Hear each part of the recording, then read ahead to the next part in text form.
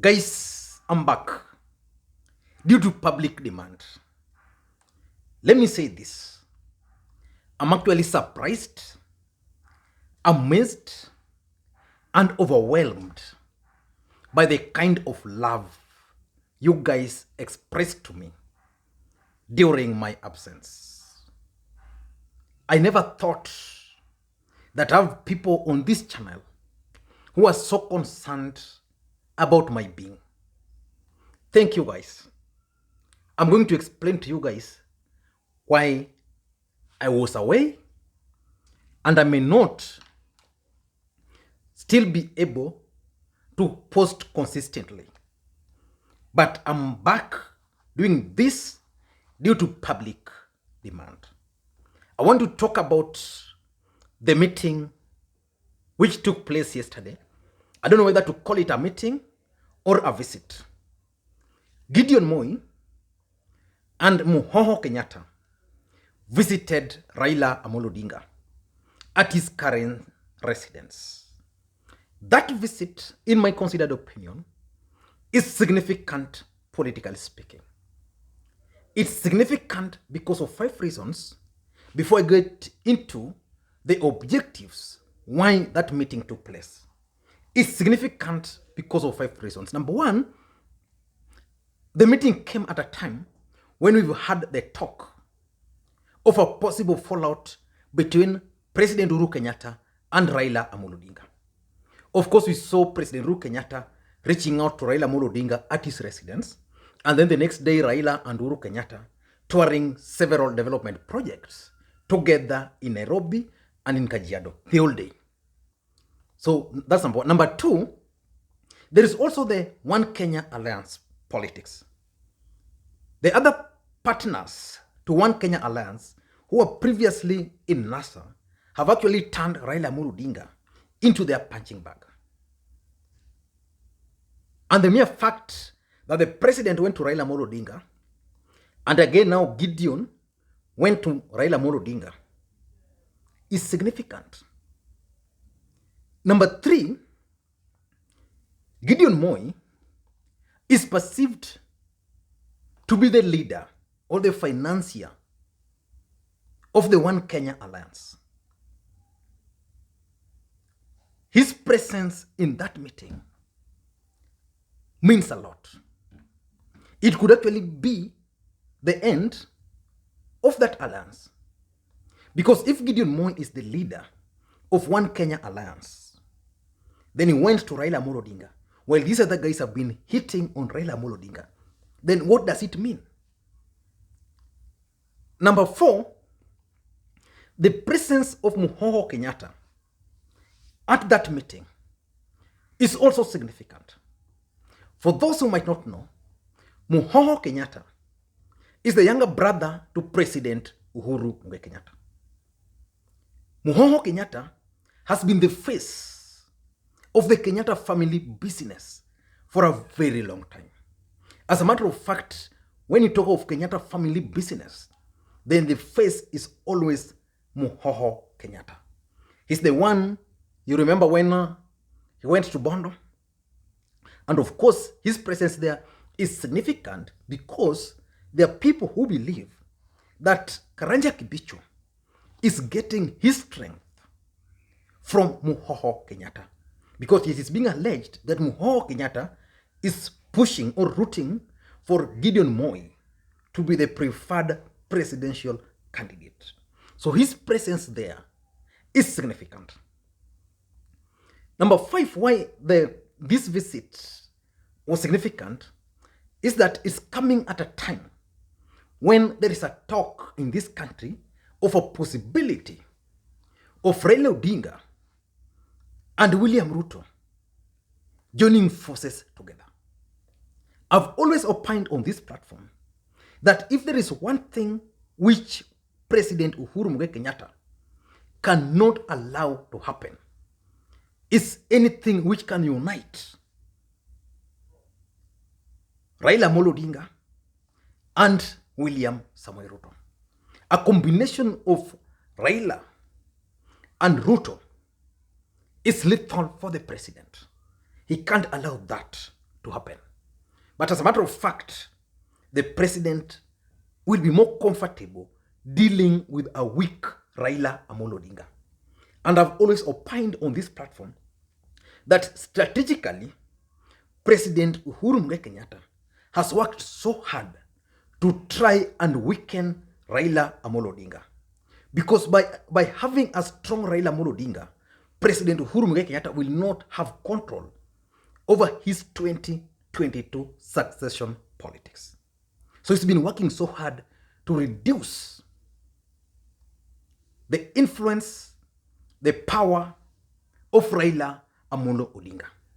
But One Kenya Alliance committed mistakes. Mistake of confusing the fact that the deep state was supporting them, to mean that the deep state were against Raila Amolo Odinga. But now let us focus on the objective of this meeting.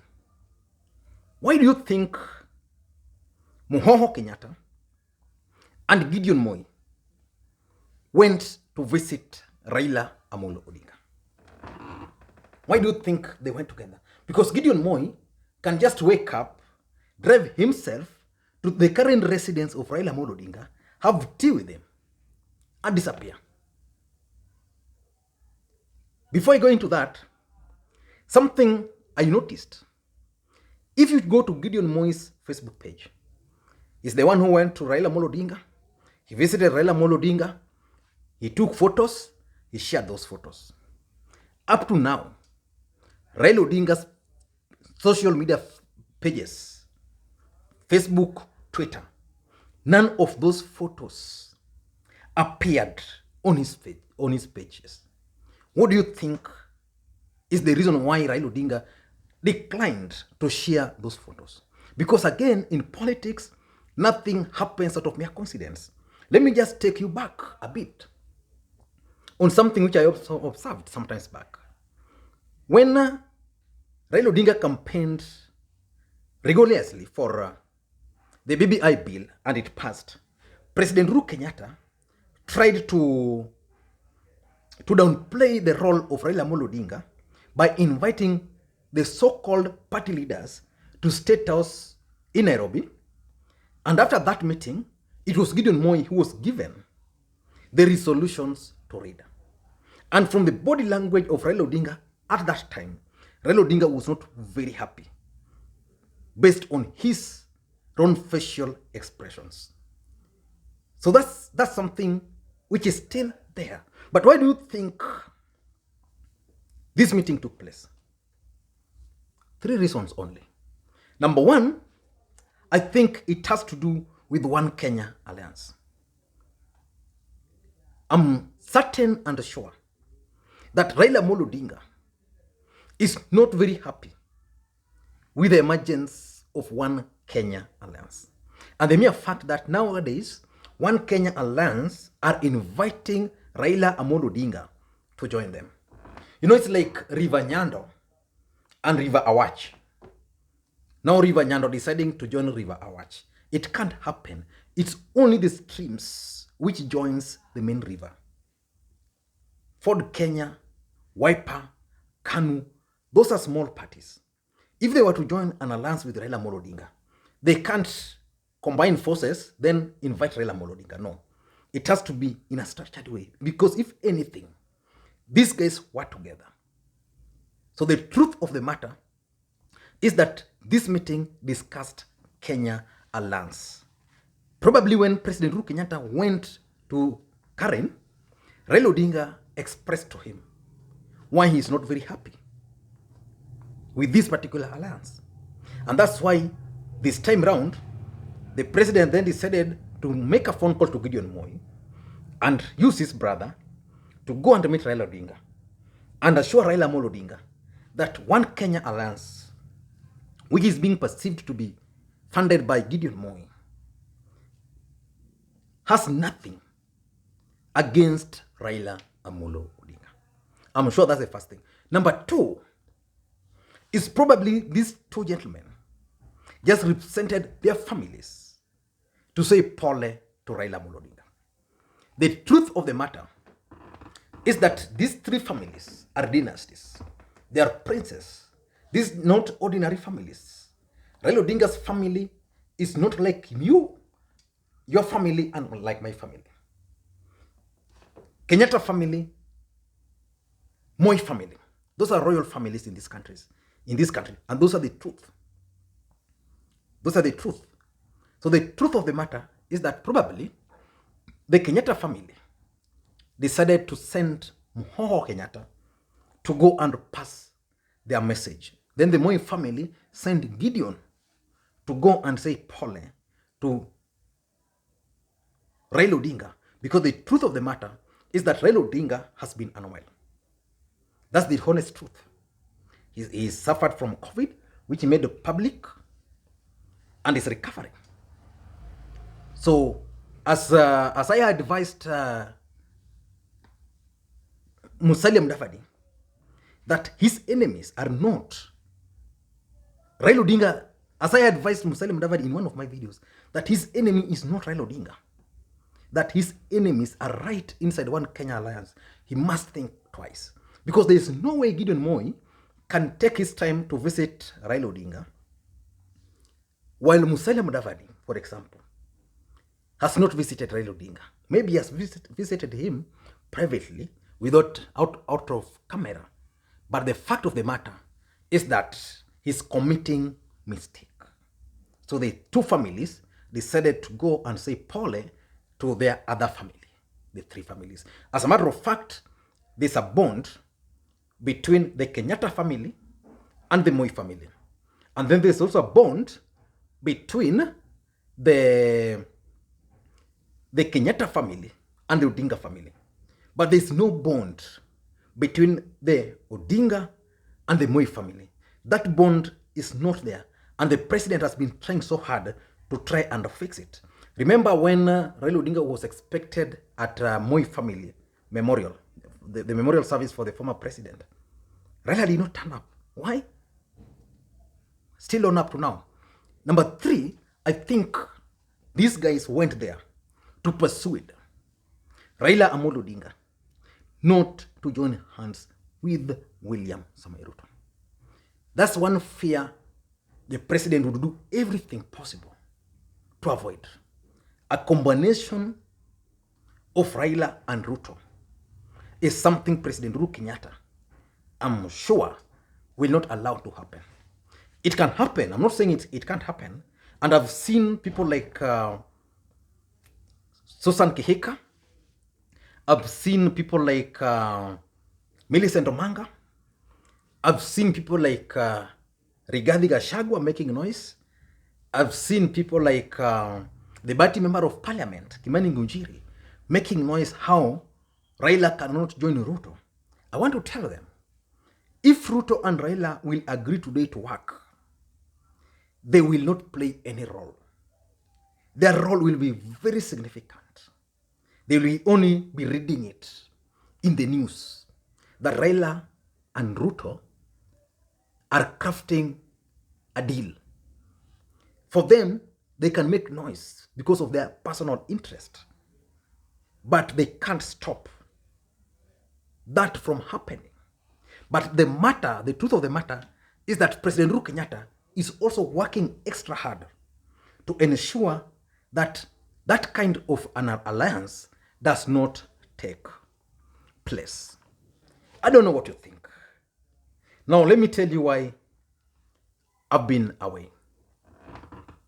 From Wednesday last week, I was feeling a bit unwell. And for those who are keen, even the videos I did that day were a bit weak. I was a bit weak. And on Friday, I was feeling like Homer. So on Friday, I took my wife to town in the evening to check on some things. I didn't leave the car. I was just sitting there, like she was, the way women can keep you outside there, waiting for them. I was not feeling well, really. But as a man, then I said, okay. When I came back to the house, the Homer didn't really reduce, because normally I manage Homer personally with cold cup. When I take cold cup, 1-2 days, huwa imereduce. So on this one, on the third day, which was now Friday, it was still there. Then I said, this is not normal. And because we are in an era of COVID, I said the best thing I should do is to go for a test. So I slept on Friday night with one mission on Saturday, that I was going to go for the test. So I inquired where I can easily go do the test. So I went for the test at Kisumu Specialist Hotel. Kisumu Specialist Hospital here. So I went there, and luckily when I went there, I met an old colleague who is nowadays working there in the lab. We used to work with him at CDC. And another gentleman who actually knows me so well, also works in the lab there. They were very good to me. So, oh, Lee, you are here? Yes. Why are you here? Told him, okay, I've been feeling unwell. I want to test for the COVID. I was accompanied by my wife. So they collected the swab, ile wanaweka hapa ndani. Within 45 minutes or so, the results were out. And I was positive. So that's why I've been away. My wife was also tested. She also turned out to be positive. And because schools are open, it means we have so many kids here. My two boys, my sister's son, I've been staying with him since he was born. And I have another orphan here from my wife's side. I've also been staying with her for a long time. So, and my younger sister actually also visited me here, I think now 2 weeks. So I had to come back and pick everybody for the test. Now you are two people, you are sick there, you've confirmed positive. Then you come, you pick every other person, you take them for the test. These tests are not cheap by Kenyan standard here. So I took them. Total of 5 more people. So basically 7 people. So tests were conducted. And out of the 5, some also found to be positive. So the ones who are negative, like my small boy, my small sister, and the ones who are negative, they were taken very quickly by friends, some by relatives. Yeah, so we've been isolating in the house. The funny thing is that apart from myself and my wife, the other guys who are positive here, they don't feel anything at all. They don't have any symptom. Ile hata homa, kichwa, nini, no.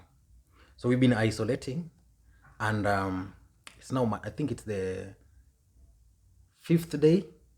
Yeah, next week we are going for the test again, so that those who will be negative by that time will be tested. But I hope the fact that we can now talk here, it means we have really improved. Thank you guys for your concern. I love you guys. Bye-bye.